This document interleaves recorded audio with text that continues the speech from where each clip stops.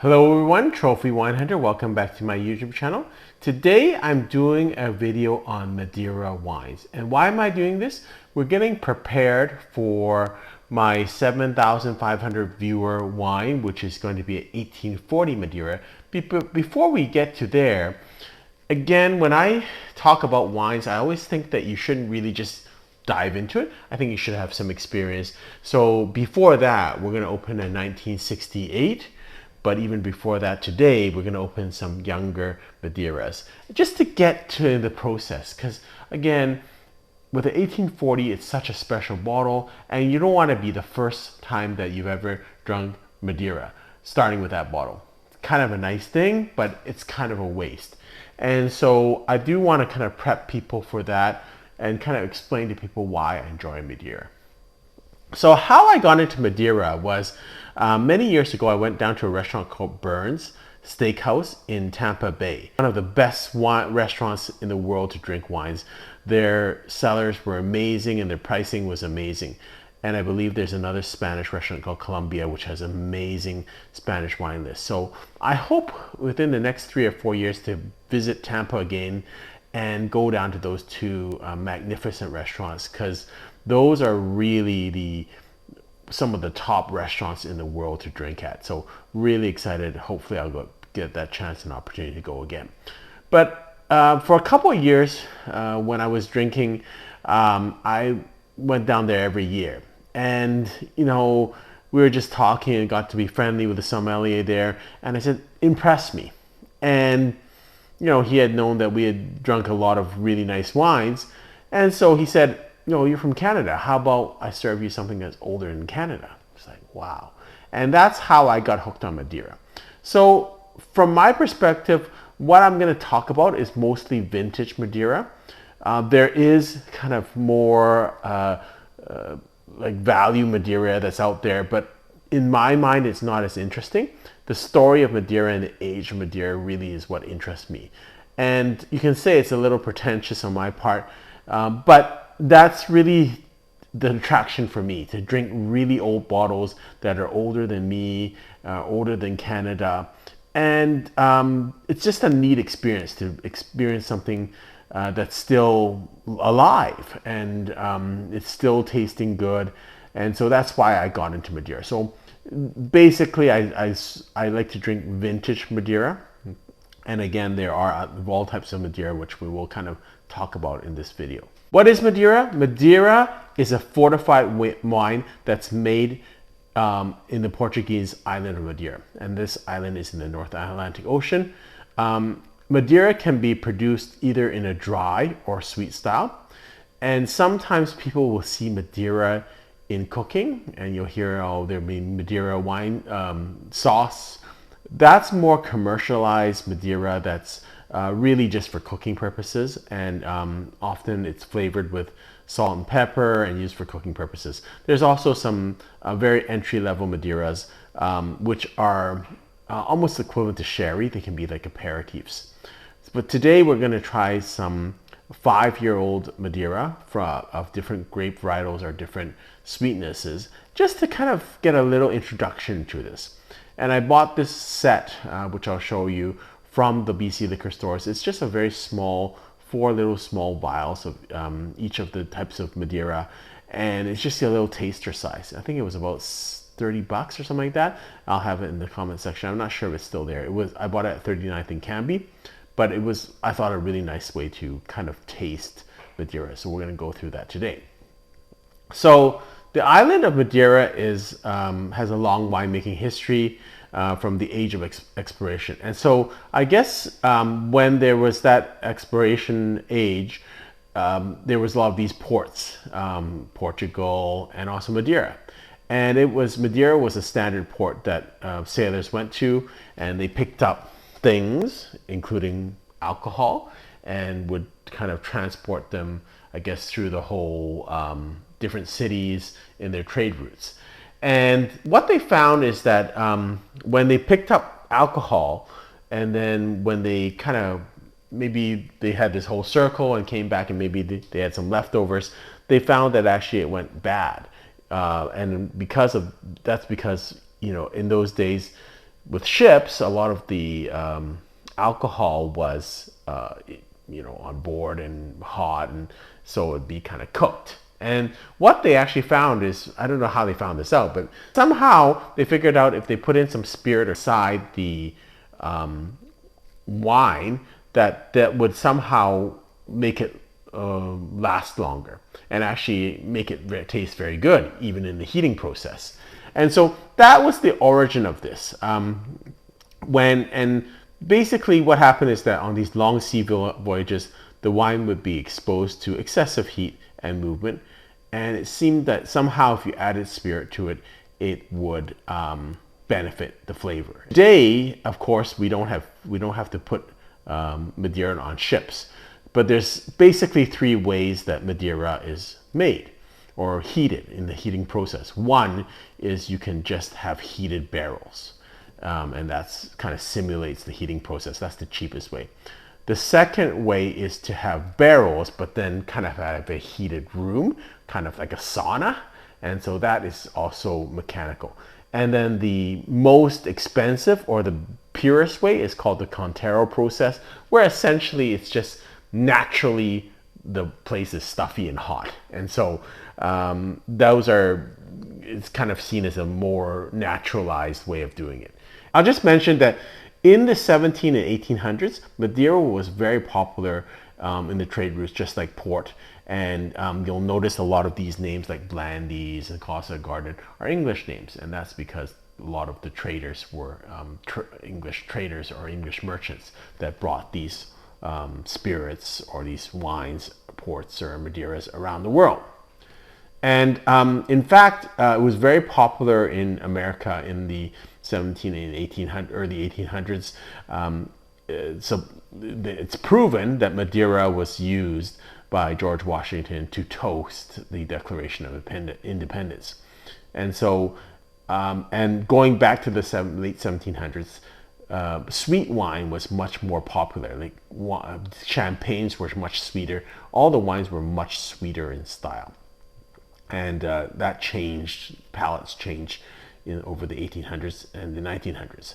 So by the end of the 19th century, most of the vineyards in Madeira had been uprooted and converted to sugarcane production, which was more profitable.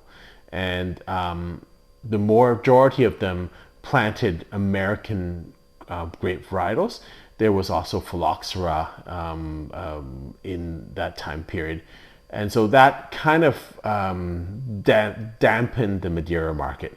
And then in the early 20th century, there was two events, the Russian Civil War and also American Prohibition, which really killed Madeira sales, because those were two of the biggest markets for Madeira. And so really Madeira essentially died out. Industrial revolution is all, everyone's going traveling, so you didn't have to, it wasn't that exotic anymore. And so they actually became known as the Forgotten Island wines. And so most of the 19th or the 20th century, Madeira really wasn't sold or produced or drank very much. Mostly it was used for cooking wine. But in 1988, the Symington family of Portugal invested in the Madeira Wine Company, and that wine company owned most of the brands of Madeira. And so then they asked Bartholomew Broadbent to relaunch Madeira, and that recreated the market for America, and that's what they did in 1989. So essentially in 1999, we had the rebirth of Madeira. And although it's still not popular, just like port, it's not really popular, there is a market for it. And from my perspective, from the investment perspective, there's a market for old Madeira because it's so special. Newer Madeira, and this 68 I would consider new, is not, in my opinion, that special because it's much easier to produce than older Madeira. So older Madeira, I'm talking about the 1800s, early 1900s, 1800s. Those bottles you can't produce them anymore. And in fact, some of them are even pre-phylloxera, so they're using the original stock. People started seeing an uptake in Madeira because of this Madeira Wine Company, and they were going back to these old Madeiras that they found and rebottling that they found in casks. And so that kind of spurred interest in it, and therefore, you know, with money comes interest. And so they decided to kind of take up all these American stock and then put back in the noble grape varietals that are kind of indigenous or were used in the 17th, 18th century. So most of the Madeira, the workhorse or the major grape, is called Tinta Negra Mole, or Tinta Negra, but it's really kind of more like a very high yielding, and so it's not used for the highest end Madeira. The most highest end Madeira is actually going to be 4 types, and going from driest to sweetest, we've got Cercio, Verdejo, Boal, and Malvasia. And there's a 5th type that's very tough to find called Tarantes. And so these are all grape varietals. But because in those days, they weren't really that specific, they weren't like, oh, it has to be 100%. Nowadays, when you see new Madeira that's produced, there's kind of classifications or designations. So it has to be, I think, 85%. Let's say that grape varietal to be bottled at. But the old stuff in the 1700s and 1800s, sometimes you're really not sure what it is, quite frankly. Like even if it's labeled Boal, it may not be. It may refer to the style. It may refer to the grape varietal. And that's really, to me, the interesting thing when you go, like these guys, when they were producing this in the 1800s, never thought about people like me in Canada 150 years later paying hundreds and hundreds of dollars for this stuff. They were just bottling this stuff. And they didn't think, well, who cares about what it is? They just bottled it and it tastes good, right? They never thought, oh, we're going to ask like what type of barrels are you going to add? How long did you age them for? Is it 85%? What temperature? They never thought about this. They just were producing things that people were drinking. And so it wasn't, and that's what I love about Madeira. It's back in a time when it was just kind of haphazard. People were just producing stuff and just producing wine for drinking for tomorrow, right? They weren't producing wines and like, I'm going to age them and keep them in my cellar for 20 years. They didn't even know they were going to live 20 years. So like, well, we're just producing wines, we'll drink it, and if it's not, if it's a little tannic, then we'll wait on it. Like, they didn't have this type of uppityness about wine. And so I think they'd be like shocked about how much we pay for these wines. Hundreds of dollars, thousands of dollars for wines that they thought, well, what do you mean? I just put it in bottle. I just bottled it and okay, you know, they never thought we would hold these wines for hundreds of years. And so I really think that's so neat. That's just a neat thing when I drink old wines. Like I think about this wine, 1968. I was barely born, and this thing is older than me, and it's kept all this time. It's probably, it was bottled in 2004, but it's probably seen a lot of people. It's probably heard a lot of conversations. It's so interesting, you know, for me to think about the historical context of these wines. So these are the 4 little kind of taster sizes of the different Madeira. It comes in a box like this, and so it's quite nice. Just little tasters, and that's just enough. So we're going to go through each one. The first 2 are going to be the drier style, so Cercio and Verdejo. And generally those ones you want them chilled a little bit more, so I have chilled them a little bit more. So again, Cercio is it's almost completely dry, and I don't think you see as much Cercio in there because it's not as popular a style as the sweet Madeira. Most people think of Madeira as like a dessert wine, or you know, with you pour it over ice cream, or you can have it with as a dessert, or like port. Curacao would be more like either used as a appetizer wine to start off before the meal, or as an digestive right before dessert. So Curacao, you're going to expect very,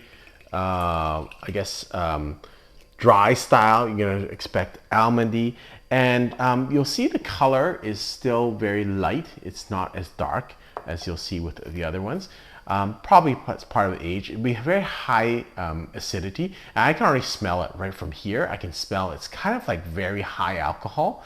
To me, it's kind of almost like the smell of whiskey just from here. So let's take a smell and taste of it. This has some characteristics of whiskey. It's not as strong as whiskey, but it's got a high alcohol content in it. And it's got some caramelly notes into it. It's got some sweetness into it. Even though it's called a dry style, it's the driest style, it to me is still not that dry. It's still got some sweetness. It does remind me a little bit of port, and it's got that almondy, walnutty type taste to it. I wouldn't say it's really, to me, it's kind of not sweet enough, and it's kind of got some sweetness, so it's kind of a weird product from my perspective. I think you do need to chill it quite a bit for it to be quite tasty.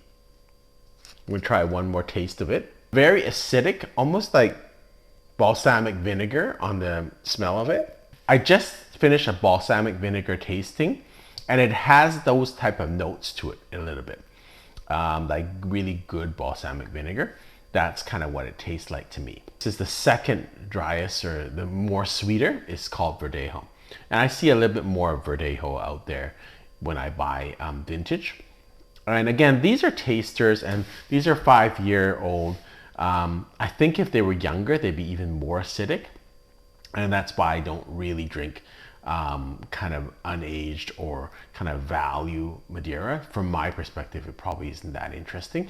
The interesting part and component of Madeira for me is the historical, like in drinking older Madeiras. And also with age, I think the acidity kind of calms down a little bit, and it develops more fuller flavors. With Curacao, it is halted, the fermentation is halted with very little residual sugar, between 0.5 and 1.5 on the bomb scale, whatever that is. And then for Verdejo, it's between 1.5 and 2.5. So this, again, will have really high acidity, but will have some smoky notes. Just on the kind of on the color, you will see it's a little bit darker, almost like a rose color, an oxidized color. It smells to me fairly similar to the Curacao. Still nutty. To me, it tastes quite similar to the Curacao. It is sweeter, and you get a little bit more like grape or prunes, that type of taste to this. So it does have a little bit more fruit, but still maybe lacking the intensity of sweetness that I would really like. It's kind of half-half, so it's not, to me, sweet enough for my palate. And again, I think that's why I like aged Madeira, and generally I will buy into the more sweeter Madeiras. I can see this as more an aperitif wine. I can understand why it doesn't have enough sweetness to go with dessert, in my opinion. I actually don't think, at least for these examples, they'd have enough acidity to be a digestive. It's more like an aperitif when you start off. And if it's nice and chilled, I think it's quite a nice thing to serve. The next is going to be Boal, and the 1968 is also a Boal, so it's a sweet Madeira that we're going to use with dessert, I guess. And so this one would be, the sugar content would be 2.5 to 3.5 on the bomb scale. And it's going to have darker colors, medium rich texture, and more raisiny characters. So whereas the other two were much more on the almost pinkish side, like a little bit oxidized. This is now getting to the brown, fairly brown in terms of color. So it is getting darker in terms of the color itself. And to me, this is a better color. It's a fully oxidized color to me. So this has less of the intensity of the first two, where we're talking more about acidic and almonds. We're looking more, a little bit more like dried figs.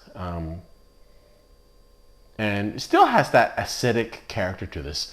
And generally speaking, Madeiras are going to be acidic, but they lose that acidity with a little bit more oxidation, and they firm up.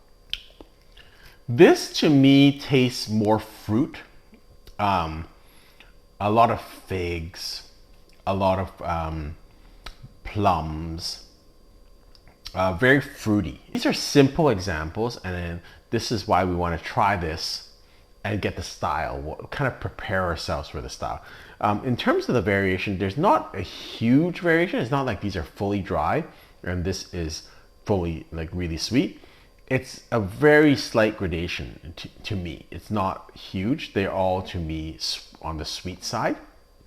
But I would say these are a little bit drier, and when you get to Boal, I think you can really taste this as saying, oh yeah, this is really like port in terms of the sweetness. I think this is really good for an after dinner's drink or dessert.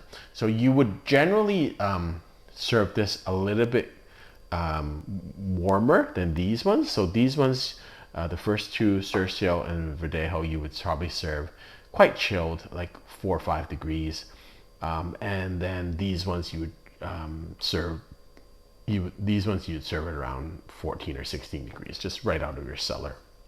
And then the last one we have is going to be Malvasia or Malmsey. So, and then these are the grape types. So Malvasia is the grape type, Malmsey is what it says on here.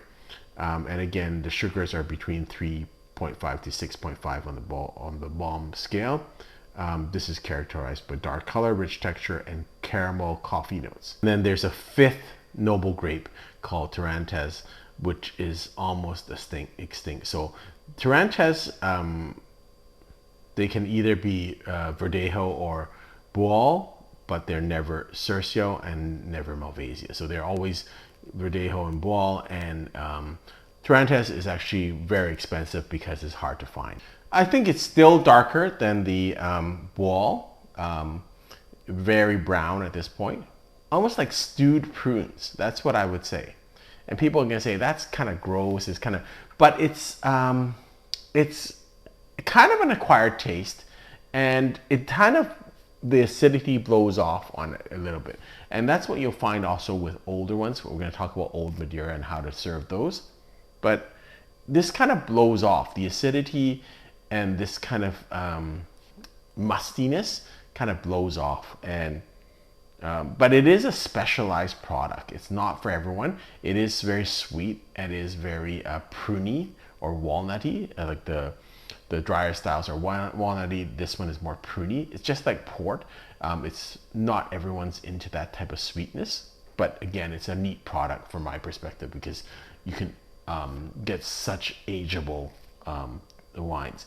And the way it is processed, again, Madeira is really indestructible. So you can heat it because it is heated. So you can kind of store it in heat, under the sun. It still won't really ruin the Madeira. I think since I've been drinking them like this, I do feel the sweetness. This one is really sweet, actually.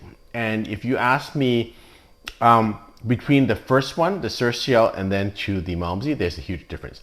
But while we were going up the steps, it didn't seem that noticeable. Not like it was a slight difference, but since we've went up 3 steps, it is kind of noticeable. This is the sweetest. I think my preference is in the Boal region. I think Boal to me is the kind of the best sweetness for me. I find Malmsey a little bit too like sugarcaney sweet. And I find Verdejo not sweet enough. So to me, I guess this is very useful exercise. I will probably, when I do my purchases, look for more boil, and that's pretty nice because this is going to be a boil. Talk a little bit about service of Madeira. So Madeira needs or is fairly indestructible because it's already in a way oxygenated. So oxygen doesn't really bother it. It's already a product that's oxidized. So it's not really going to do anything to it. Heat's not going to do anything to it. And generally it benefits from a little bit of aeration. So the general rule is you should air it for 1 day per decade. So this is 1968 and now I am drinking in 2026. So you're looking at probably 6 days of airing, and that just allows it to blow off some of its residual like acidity. It's going to be acidic, and so just lets it calm down. And I think what will happen over those 6-day periods, as oxygen kind of interacts with it, it will kind of firm up and it won't be as acidic, and it'll be, in my mind, a little bit more easier or soothing to drink. But we'll see when we open it how that works. But it is a thing that, or it is a product that you need patience with, and you can't rush. So generally when people drink this out of the bottle, they'll find it very acidic and very nutty. But that's really just the nature. It needs time to kind of calm down. And so that's one, I think, mistake that people make with vintage Madeira. They don't air it out long enough, and you'll say, well, why don't we just put it in a decanter? Well, you could do that, but you can't. It doesn't really control the slow oxidation. It's actually the slow oxidation. And again, Madeira is not something that's going to go bad after 5 days. In fact, it doesn't even get good until sometimes 5 or 6 days. And so it's a different product. It's and that's what I love about it. It's so unique and it's timeless. So hopefully this has been a good introduction to Madeira, and hopefully you'll follow me in the journey. Sometime in 2026, I do expect to hit 7,500 viewers and subscribers. That's when I'll open my 1840. And so before that time, I would like to open this 1968 to kind of work along that road, to kind of understand the different bottles. And you might be asking, well, why don't I have the 1840 here to show you? It's already kind of been taken out a couple of times with other videos. It's unlike this is bottled in 2004, so it's kind of in a very dark glass. It's not really going to be affected by light. The other one was bottled, I think, in 1910, and it's got a clear bottle and that's one of the neat things about old Madeira or old bottles. A lot of them are put into green bottles, which in those days they used a lot more, I think it's iron in the bottles, and so they're fairly clear. They're not like dark like this, and so you're worried about light getting in there. I know I said Madeira doesn't worry about it. It can have heat, but what you worry about, not the heat, but you worry about it being evaporating. And so even with that bottle, you'll see it's kind of down almost past the shoulder now. So if you put it in more and more light, it just keeps on evaporating quicker and quicker. So that's probably not a good thing. Hope you've enjoyed this video. Until next time, happy drinking.